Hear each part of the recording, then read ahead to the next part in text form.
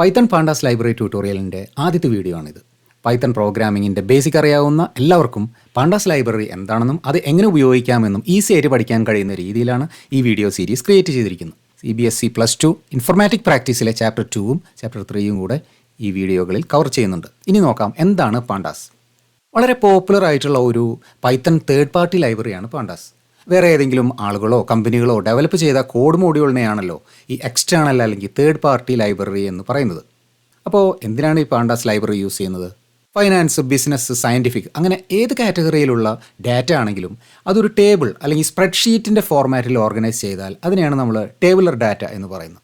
അതല്ലെങ്കിൽ ഈ XML, CSV, JSON അങ്ങനെ വേറെ ഏതെങ്കിലും ഫോർമാറ്റിൽ സ്റ്റോർ ചെയ്ത ഡാറ്റകളുണ്ടല്ലോ, അതിനെയും നമ്മൾ സ്ട്രക്ചേർഡ് ഡാറ്റ എന്നാണ് വിളിക്കുക. അങ്ങനെ ടേബിളറോ സ്ട്രക്ചർഡോ ആയിട്ടുള്ള ഡാറ്റയിൽ ഈസി ആയിട്ടും ഫാസ്റ്റ് ആയിട്ടും വർക്ക് ചെയ്യാൻ ഹെൽപ്പ് ചെയ്യുന്ന ഒരു Python ലൈബ്രറിയാണ് pandas library. Data analyse ചെയ്യുക, മാനിപ്പുലേറ്റ് ചെയ്യുക, വിഷ്വലൈസ് ചെയ്യുക, ഇതൊക്കെ ചെയ്യാൻ വേണ്ടി പാണ്ടാസ് ലൈബ്രറി യൂസ് ചെയ്യാവുന്നതാണ്. അപ്പോൾ പാണ്ടാസ് ലൈബ്രറി ഇത്രയും പോപ്പുലർ ആകാനുള്ള കാരണം എന്താണ്? പാണ്ടാസ് യൂസ് ചെയ്യാൻ വളരെ ഈസിയാണ്. അതായത് വളരെ കുറച്ച് ലൈൻ ഓഫ് കോഡ് എഴുതിയിട്ട് വലിയ ഡാറ്റ സെറ്റുകളെ പ്രോസസ്സ് ചെയ്യാൻ പാണ്ടാസ് ലൈബ്രറി യൂസ് ചെയ്യാം. ഡാറ്റ ലോഡ് ചെയ്യുക, ഫിൽട്ടർ ചെയ്യുക, സെർച്ച് ചെയ്യുക, ക്ലീൻ ചെയ്യുക, അതുപോലെ കാറ്റഗറി അനുസരിച്ച് ഗ്രൂപ്പ് ചെയ്യുക, ഇതൊക്കെ ഒരു ബിഗിനർ പ്രോഗ്രാമറിന് പോലും വളരെ പെട്ടെന്ന് പഠിച്ച് ചെയ്യാൻ വേണ്ടി ഈ ലൈബ്രറി ഹെൽപ്പ് ചെയ്യും. അതുപോലെ പല ടൈപ്പിലുള്ള ഫയലുകളുണ്ടല്ലോ, SQL table, text file, Excel file, CSV, XML, JSON അങ്ങനെ പല ഫോർമാറ്റിലുള്ള ഫയലുകളിൽ നിന്നും സെക്കൻഡുകൾക്കുള്ളിൽ ഡാറ്റ റീഡ് ചെയ്യാനും വളരെ ഫാസ്റ്റായിട്ട് പ്രോസസ്സ് ചെയ്യാനും കേപ്പബിൾ ആണ് പാണ്ടാസ്. ഇതുകൂടാതെ പല തേർഡ് പാർട്ടി ലൈബ്രറികളുമായി, ഉദാഹരണമായി മാത്തമാറ്റിക്കൽ ഓപ്പറേഷൻസ് ചെയ്യാൻ വേണ്ടി യൂസ് ചെയ്യുന്ന NumPy, അതുപോലെ ഡാറ്റ വിഷ്വലൈസ് ചെയ്യാൻ വേണ്ടി യൂസ് ചെയ്യുന്ന Matplotlib, അതുപോലെ ഒരുപാട് പൈത്തൺ ലൈബ്രറികളുമായി ഇൻ്റഗ്രേറ്റഡ് ആണ് പാണ്ടാസ്. അതിനാൽ ആ ലൈബ്രറിയുടെ ഫീച്ചേഴ്സ് നമ്മുടെ ഡാറ്റയിൽ ഈസി ആയിട്ട് അപ്ലൈ ചെയ്യാനായിട്ട് കഴിയും.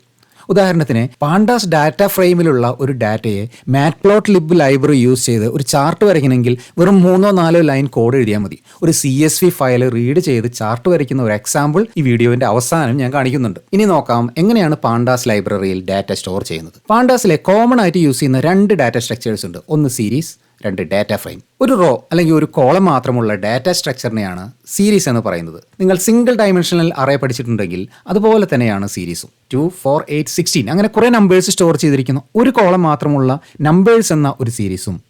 ഹിന്ദി, ഇംഗ്ലീഷ്, മലയാളം, ഫ്രഞ്ച് അങ്ങനെ കുറേ സ്ട്രിങ്ങുകൾ സ്റ്റോർ ചെയ്തിരിക്കുന്ന ഒരു റോ മാത്രമുള്ള ലാംഗ്വേജസ് എന്ന സീരീസുമാണ് എക്സാമ്പിളായി സ്ക്രീനിൽ കാണുന്നത്. ഓരോ വാല്യൂ സ്റ്റോർ ചെയ്തിരിക്കുന്ന ലൊക്കേഷനെയും ഐഡൻറ്റിഫൈ ചെയ്യാൻ വേണ്ടി ഒരു നമ്പർ ഓട്ടോമാറ്റിക്കായിട്ട് അസൈൻ ചെയ്യും. അതിനെയാണ് ഇൻഡെക്സ് എന്ന് പറയുന്നത്. ഹിന്ദി 0, ഇംഗ്ലീഷ് 1, മലയാളം 2 എന്ന് പറയുന്നത് ആ ലൊക്കേഷനെ ഐഡൻറ്റിഫൈ ചെയ്യാനുള്ള ഇൻഡെക്സ് നമ്പറുകളാണ്. ഇൻഡെക്സ് എപ്പോഴും 0യിൽ നിന്നാണ് സ്റ്റാർട്ട് ചെയ്യുന്നത്.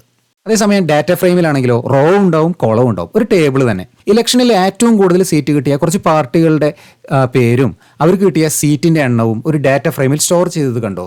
പാർട്ടി എന്ന് പറയുന്നതാണ് ഒന്നാമത്തെ കോളം, കൗണ്ട് എന്ന് പറയുന്നതാണ് രണ്ടാമത്തെ കോളം. അതുപോലെ 7 റോകളുണ്ട് അതിനകത്ത്. ഡാറ്റ ഫ്രെയിമിൽ റോവിനും കോളത്തിനും വേറെ വേറെ ഇൻഡെക്സുകൾ ഉണ്ടാകും. റോവിന് 0, 1, 2, 3 അങ്ങനെ 6 വരെയും കോളത്തിന് 0, 1 അങ്ങനെയും ഇൻഡെക്സ് കൊടുത്തിരിക്കുന്നത് കണ്ടില്ലേ? ഇനി വേണമെങ്കിൽ ഡാറ്റ ഫ്രെയിമിലെ ആദ്യത്തെ റോ അല്ലെങ്കിൽ ആദ്യത്തെ കോളം അതിന് ലേബലായിട്ട് യൂസ് ചെയ്യാം. സ്ക്രീനിൽ കൊടുത്തിരിക്കുന്ന ആദ്യത്തെ കോളത്തിന് പാർട്ടി എന്നും രണ്ടാമത്തെ കോളത്തിന് കൗണ്ട് എന്നും ലേബൽ കൊടുത്തത് കണ്ടില്ലേ? സീരീസ് ആണെങ്കിലും ഡാറ്റ ഫ്രെയിം ആണെങ്കിലും ഒരു റോവും കോളവും ഇന്റർസെക്റ്റ് ചെയ്യുന്ന സ്ഥലത്തിനെയാണ് സെൽ എന്ന് പറയുന്നത്. അവിടെയാണ് നമ്മൾ ഡാറ്റ സ്റ്റോർ ചെയ്യുന്നത്. അവിടെ എന്ത് ഡാറ്റ വേണമെങ്കിലും സ്റ്റോർ ചെയ്യാം. നമ്പർ, ടെക്സ്റ്റ്, ഡേറ്റ് അല്ലെങ്കിൽ ലിസ്റ്റ്, ഡിക്ഷണറി അതുപോലെയുള്ള പൈത്തൺ ഒബ്ജക്റ്റുകളെയും ഒരു സെല്ലിൽ സ്റ്റോർ ചെയ്യാവുന്നതാണ്. പാണ്ടാസ് ലൈബ്രറി ഫ്രീ ആണെന്ന് നിങ്ങൾക്കറിയോ? 2008 വെസ് മെക്കന്നി എന്ന് പറയുന്ന ഒരു സോഫ്റ്റ്വെയർ ഡെവലപ്പറാണ് പാണ്ടാസ് ലൈബ്രറി ക്രിയേറ്റ് ചെയ്തത്. Application programming, data science, machine learning അങ്ങനെ എല്ലാ ടൈപ്പിലുമുള്ള പ്രോഗ്രാമിംഗ് ആവശ്യങ്ങൾക്കും പാണ്ടാസ് ലൈബ്രറി യൂസ് ചെയ്യുന്നുണ്ട്. നമ്മുടെ ഈ വീഡിയോ സീരീസ് ഉണ്ടല്ലോ, അതിൽ കോഡിംഗ് ചെയ്യാൻ വേണ്ടി വിഷ്വൽ സ്റ്റുഡിയോ കോഡ് എന്ന IDE ആണ് യൂസ് ചെയ്യുന്നത്. അതിൻ്റെ കൂടെ ജൂപ്പിറ്റർ നോട്ട്ബുക്കും കൂടി ഞാൻ യൂസ് ചെയ്യുന്നുണ്ട്. ഈ ഡാറ്റ അനാലിസിസ്, ഡാറ്റ വിഷ്വലൈസേഷൻ അങ്ങനത്തെ വർക്കൊക്കെ ചെയ്യുന്ന സമയത്ത് ഈ ജൂപ്പിറ്റർ നോട്ട്ബുക്ക് വളരെ ഹെൽപ്ഫുള്ളാണ്.